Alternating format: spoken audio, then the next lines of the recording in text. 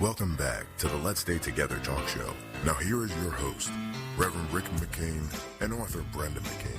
All right. Welcome back to Let's Stay Together Talk. Your host, Rick McCain, Brenda McCain, Tracy Howard, and our boy, Dion. Thank you very much for listening. If you missed the first hour, you missed a treat. We got two dynamic people here on the show. We got Dan Blair and Leslie Holly. Leslie, who is going to be leaving us. She's gonna be moving on up to the east side. We won't have her. Just gonna have to call. Yeah, right. She's not gonna be in the studio anymore. She's gonna have to call in, and we're gonna be missing you, honey. Thank you for being such. I mean, Leslie's been with us for a while too. Yeah. So yeah, she's been like one of our resident experts for a while. And Going on 2 what I years. love- So can we keep Dan? Oh yeah, well Dan's staying. You know. Right. He just Dan- don't know. I'm gonna show y'all why we want to keep Dan. Dan don't know it. But Dan don't know it, but we already put a monitor on him to let him know where he's going most of the time. An ankle bracelet. Right. So, but I mean, for all the people that's going to see Dan out there, you know, ladies, he is married. He's married. So don't be sending no text message saying, how can we meet him? Lucky Mrs. Dan. You're going to have to meet Dan at one of the therapist places, along with his wife. And Wait a she counsels minute. you. Okay, and that's when they're going to be calling in. You know that therapist, not the little girl. The little girl, not her, but the grown man that was next to her. Are you streaming this, Tracy, but they could get a visual? I'm putting a picture. Yeah. Oh, you can okay. put that there. So we're going to go into. We've been talking about cheating, and so you ladies out there, there's no cheaters in here. Right. We're gonna be talking on the marriage side. So, baby, let's talk about that. Okay, well, I'm going to introduce our guests again That's for great. the Making Marriage Work segment. We have the lovely, beautiful, I'm going to miss her dearly, M.A., LCPC, Leslie Holly from Urban Balance. I'm still crying.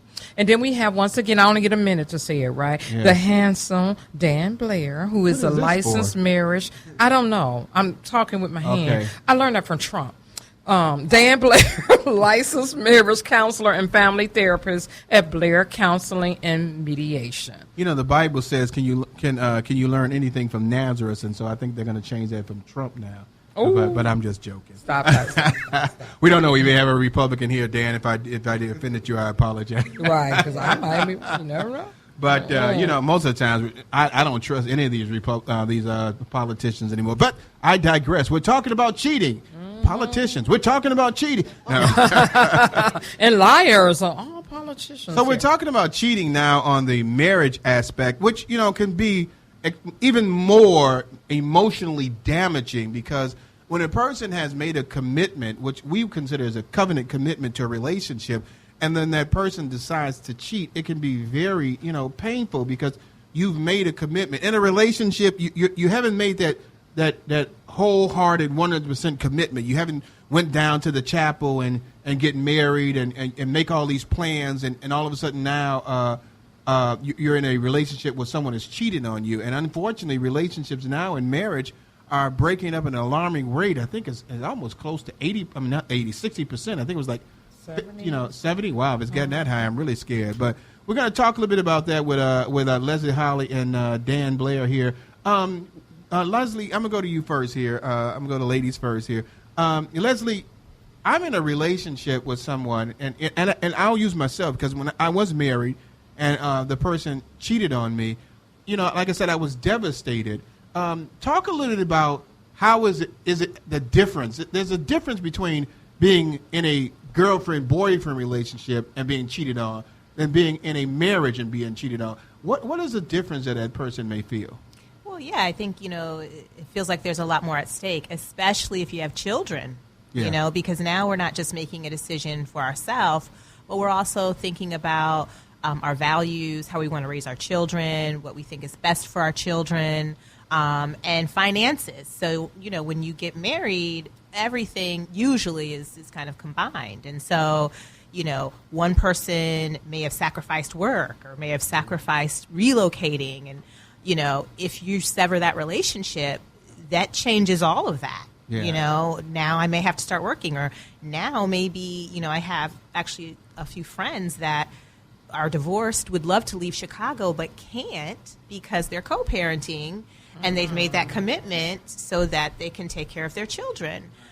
So there's a lot more, I think, at stake when you do have a marriage and your finances are put together, families, friends, you may have couples friends that you travel with, you do things with. Now all of that is compromised. Get that property you have to divide. And so Dan, talking about that as well. I mean, it is a you've got to think of a lot of things that happen, but what is the emotional thing that goes on with that individual who's been cheated on in a marriage? I mean, this we said we was going to do for better, for worse, for sickness or health, so death do its part. But now you've decided to to end this thing with this devastating news of saying that you've cheated on me, or I found that you cheated on me. How I know how I feel, but talk a little bit about the feelings that people go through. Yeah, can you imagine? You can't believe it at first, and the anger has got to take over. But it's soon, underneath the anger, you got this fear. What's this going to mean? We got shared history. We got kids. What's this going to mean to me financially? The changes that you were talking about, there's a ripple effect socially, emotionally, and financially, psychologically.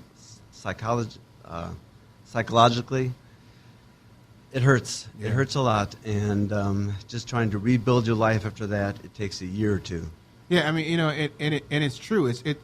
It can be, like I said, it took me about a month, about 2.5 months to 3 months to get that first day, but it took more than that to actually get almost close to normal. And it took, heck, I was married to Brenda, and I still had cheating issues that rose up into that relationship.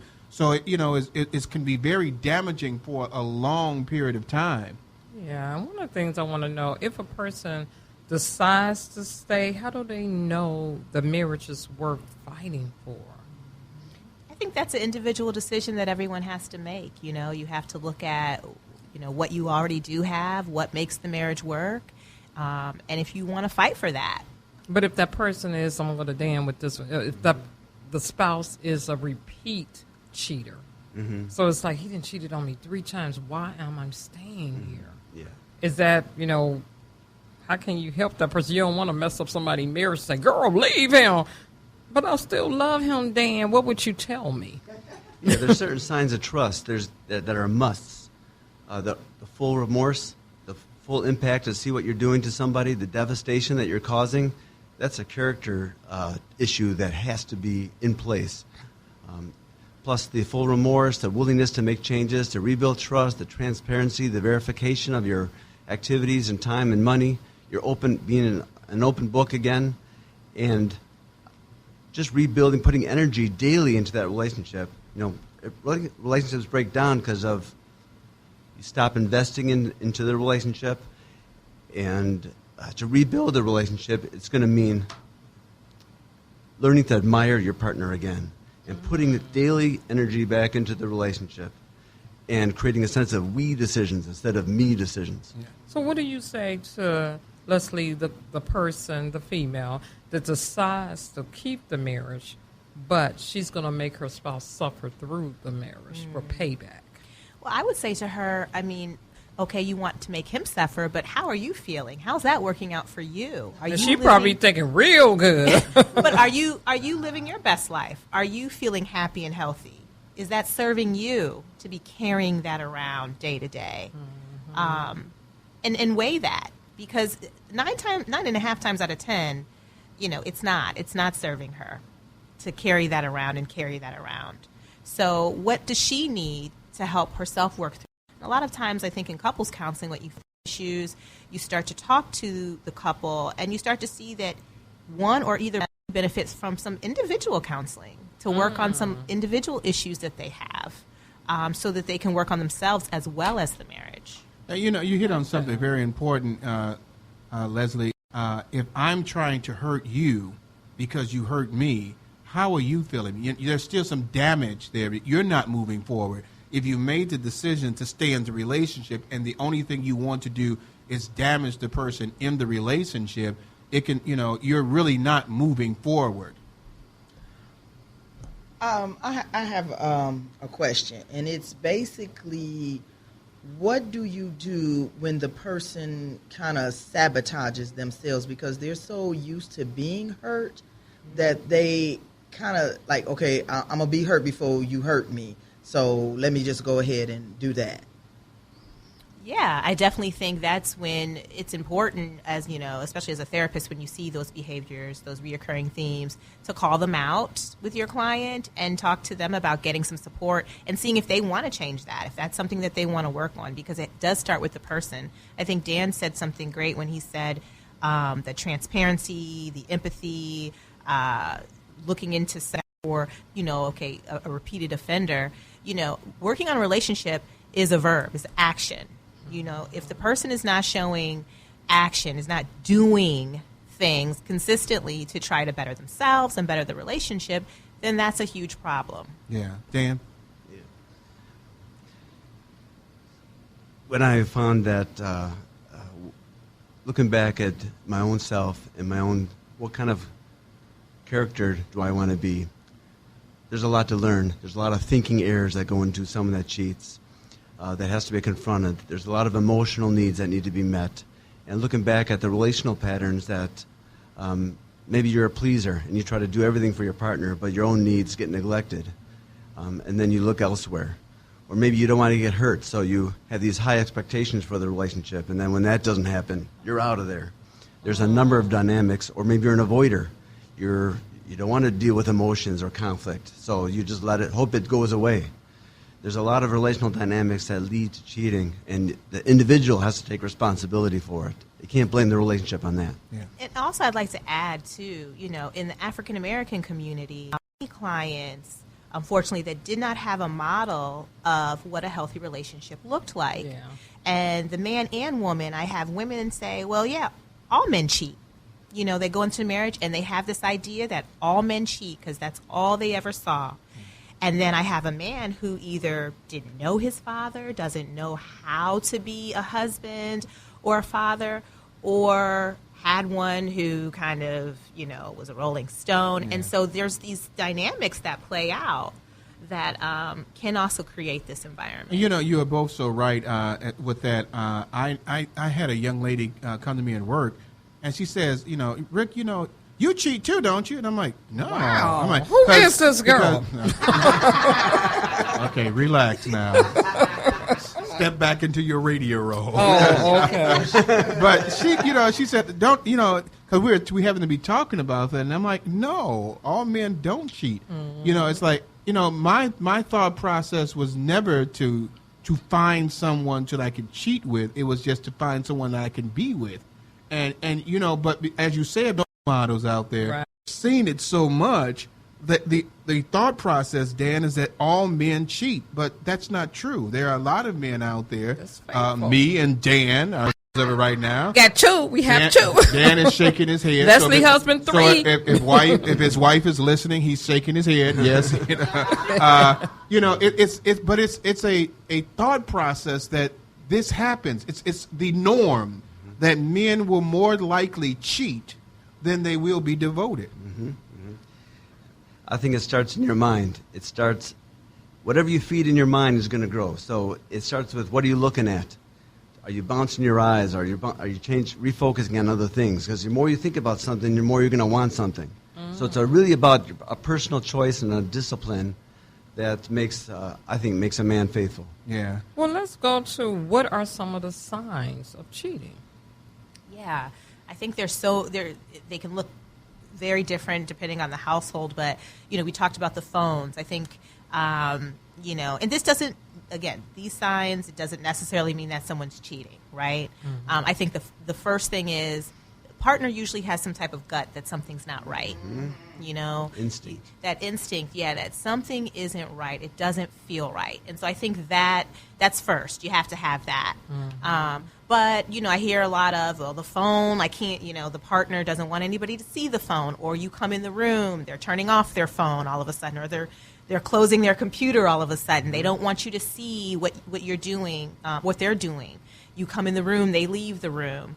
Now all of a sudden they start accusing you of cheating, but there's no evidence that you've done anything. That there's that guilt there. So, they're suspicious of you and the things you're doing. Highly agitated, more agitated than usual.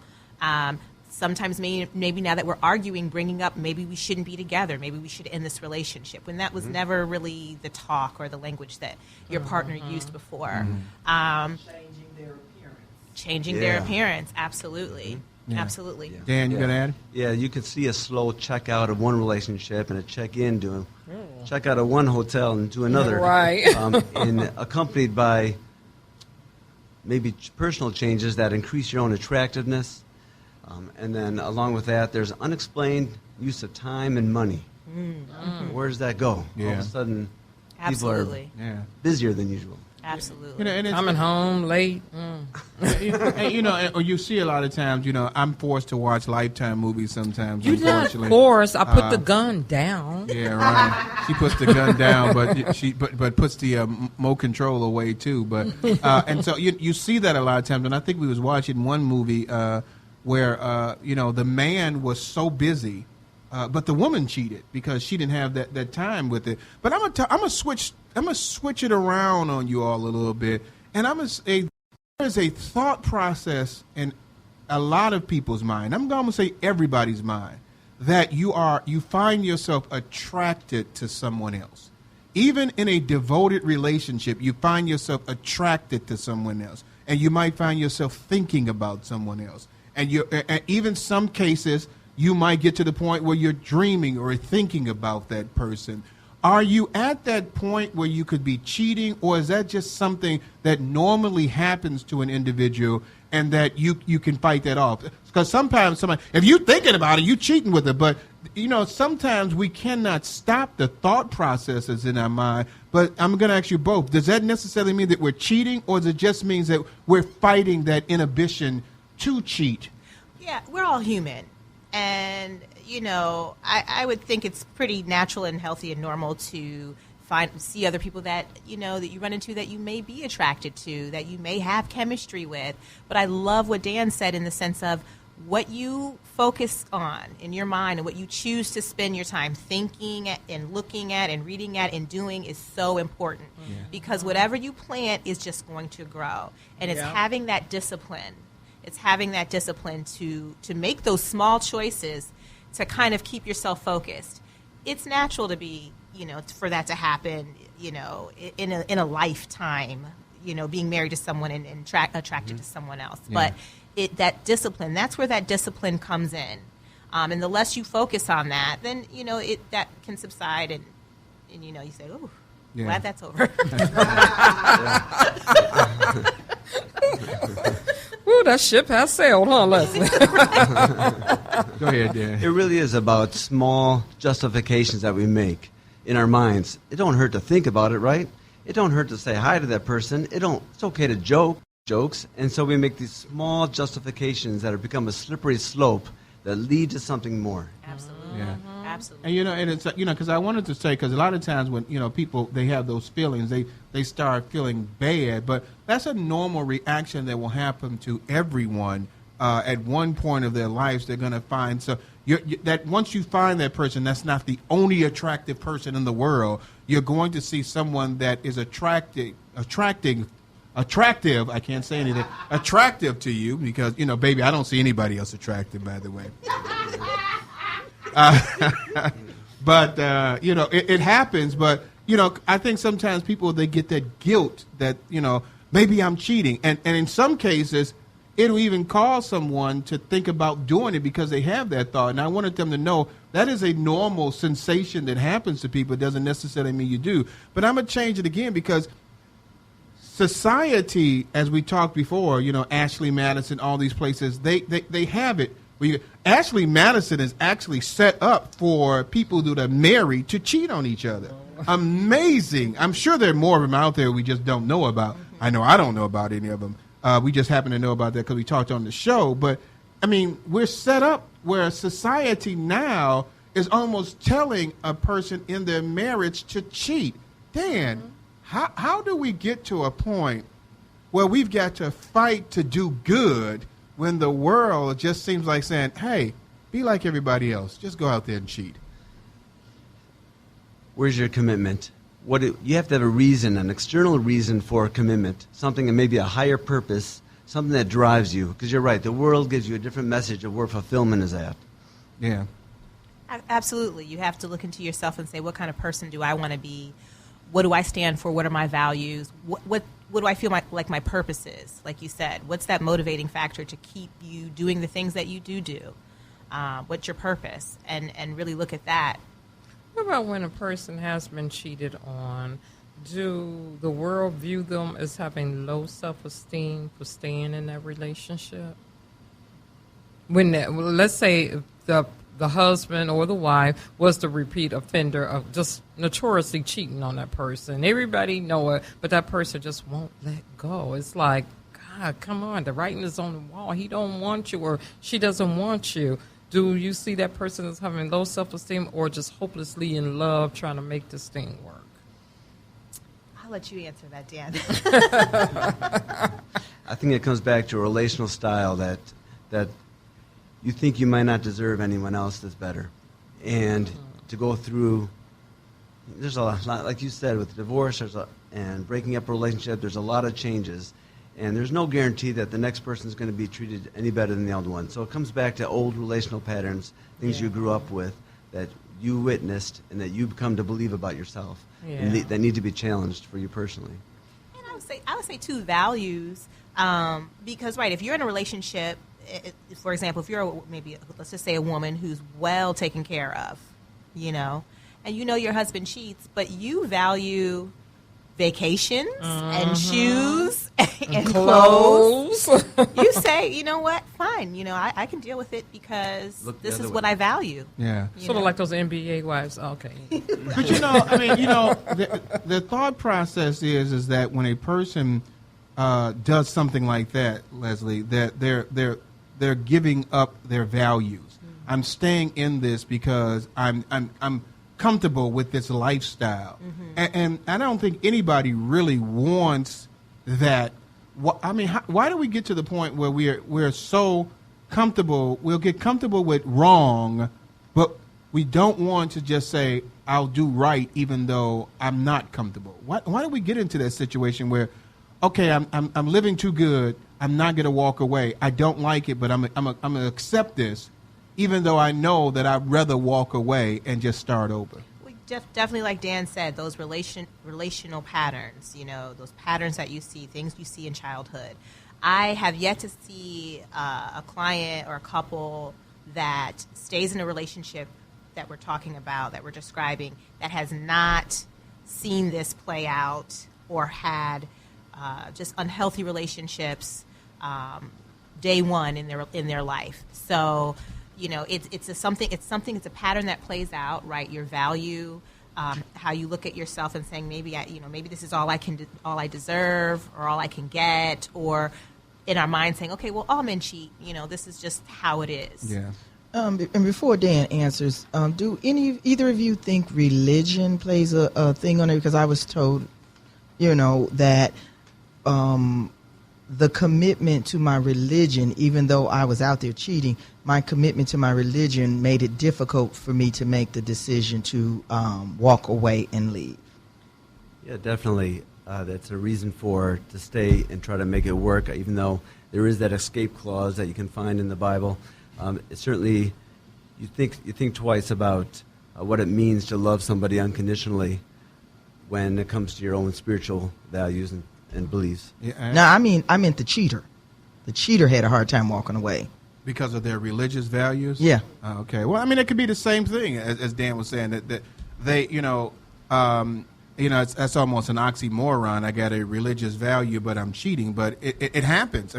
There's, Christians cheat just as well, too. And so it's unfortunate that, they say that they're staying in because of their religious values, but the religious value didn't stop them from doing that. But like, Leslie said, we're human, we make mistakes, and in the religious value, the other person that should also be religious should be able to maybe accept that person's faults and try to, strengthen that relationship. There's a lot of couples out there that are doing great counseling right now that have been in, relationships where people have cheated in, and it's strengthened it. So cheating doesn't mean that your relationship is over, but it, like Dan and Leslie said, you've got to put a lot of effort into it afterwards. I'm going to ask you all one more question before we go to break, but I'm going to say this. I'm looking at the internet right now, and they've got the top 10 cheating websites for married couples. Top 10 now, so that means there's more.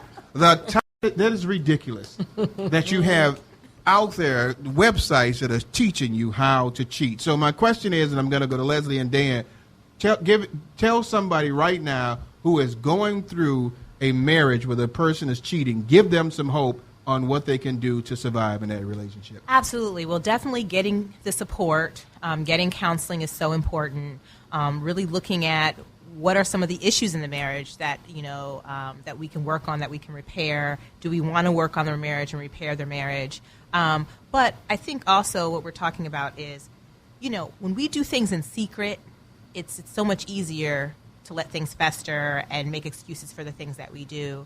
And then a lot of times also with my couples, I see when they do try to repair the relationship, it's still this huge shame, this huge secret that they're so shameful about, that no one knows about. It's so important to find a space, and I know it's hard because within a marriage, it can be a very isolating experience, what you're experiencing in your marriage. But if you can find other married people that you can talk to about things, that you can pray with, that can build your marriage up and normalize some things, that, we've made some mistakes and we are working on them. It can do so much for your marriage. I went to at Trinity, a couple gave a testimony, and the wife cheated, and she talked about, very explicitly what happened and what the kind of space she was in, and he talked a lot about he left, how they repaired the relationship. But it was so fruitful for everyone in the room to be able to hear their testimony. Many people cried because marriage is hard. Yeah. Relationships are hard and difficult. To start talking about those things together without judgment and support each other, because if there's top 10 cheating sites, this is nothing new. This stuff is happening. We just need to open more conversations about it and support each other. Amen. Dan, what you got to say? Yeah. For sure, you need strong boundaries. If cheating on you, it can't be tolerated. That's got to stop. Then the healing can begin once the cheating is stopped. Yeah. And, talking about crying, Leslie's going to be on our show for the last day in-house, so we're all crying. You ain't cheating on us. Cheating on them. If we find you on another radio show, we're going to come down there. And say, we'll be in Missouri. Like, what? But we've got, speaking of, relationships, give a shout-out to your husband. Rob, I don't know if you're listening, if you are driving right now, but I love you, and I'll see you soon. And Dan? Yeah. Janine, I love you much, and to our 7 kids together, I love you all. Amen. Wow. He is a good one. Yeah. 7 kids with no Woody. You know what? Dan's going to be the next 8 is enough. We have a new series coming on for him. Dan, I'm going to work on that for you. Right. This is Rick McCain with Brittany McCain. We're about to go to our commercial breaks. Hope you enjoyed the show. We've had an excellent time talking with 2 superior people here with Leslie and Dan, and we'll be right back after these commercial breaks.